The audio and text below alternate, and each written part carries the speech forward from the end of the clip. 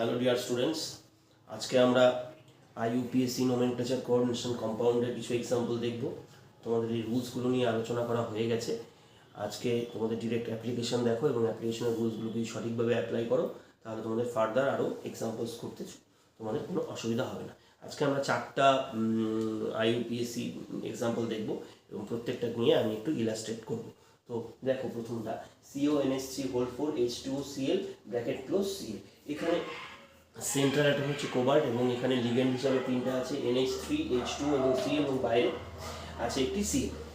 তো প্রথমে নোমেনক্লেচারের যে রুলস আছে, প্রথমে আমাদের ক্যাটায়নিক পার্ট নোমেনক্লেচার করতে হবে, তবে অ্যানোয়িক পার্টের নোমেনক্লেচার করবো। এখানে ক্যাটায়নিক পার্টটা কিন্তু কমপ্লেক্স পার্ট। সো প্রথমে আমি কমপ্লেক্স পার্টের নোমেনক্লেচার করবো। এখানে প্রথমে কমপ্লেক্স পার্টের নোমেনক্লেচার করতে গেলে প্রথমে লিগ্যান্ডের নামটা আমাদের করতে হয়। তো লিগ্যান্ড এখানে কি আছে, 3 রকম লিগ্যান্ড আছে, NH3H2O এবং Cl। এবং লিগ্যান্ডের নোমেনক্লেচার করতে গেলে আমাদের কিন্তু লিগ্যান্ডের অ্যালফাবেটিক অর্ডারে কিন্তু লিগ্যান্ডের নামগুলো আসবে। তো সবার প্রথমে আসবে হচ্ছে অ্যামিন। অ্যামিন 4টা আছে, টেট্রা অ্যামিন, অ্যাকুয়া একটা, অ্যাকুয়া, ক্লোরিডো, কোবাল্ট।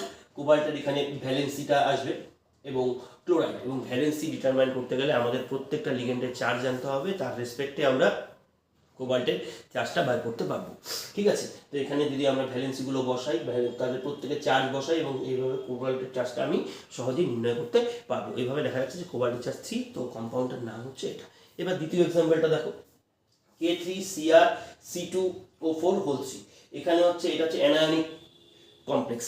অ্যানায়নিক পার্টটা হচ্ছে কমপ্লেক্স পার্ট এবং ক্যাটায়নটা হচ্ছে K3। তো প্রথমে ক্যাটায়নের নাম আসবে পটাশিয়াম ট্রাই অক্সালেটো। অক্সালেটো 3টা আছে, তাই ট্রাই অক্সালেটো।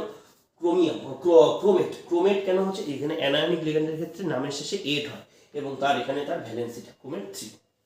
ওকে, তারপরের এক্সাম্পলটা দেখো, COCl2En2Cl। এখানে এটা ক্যাটায়নিক পার্টটা হচ্ছে কমপ্লেক্স পার্ট। সো ক্যাটায়নিকের নামটা আগে আসবে।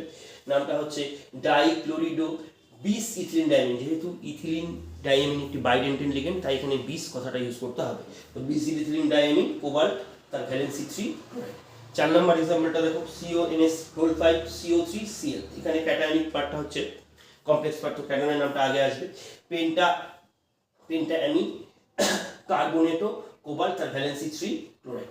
ওকে, তো আমি আশা করবো যে তোমরা এই এক্সাম্পলগুলোর সাহায্য নিয়ে ফার্দার এক্সাম্পলগুলো করতে হবে। এই রুলসগুলোকে তোমাদের কিন্তু এক্সাম্পল প্র্যাকটিসের মধ্য দিয়ে তোমাদেরকে ফলো রাখতে হবে। ঠিক আছে, তো আজকে এই 4টা এক্সাম্পল থাকলো। আমি ফার্দার ক্লাসে নেক্সট এক্সাম্পলগুলো নিয়ে আলোচনা করবো। ওকে, থ্যাংক ইউ।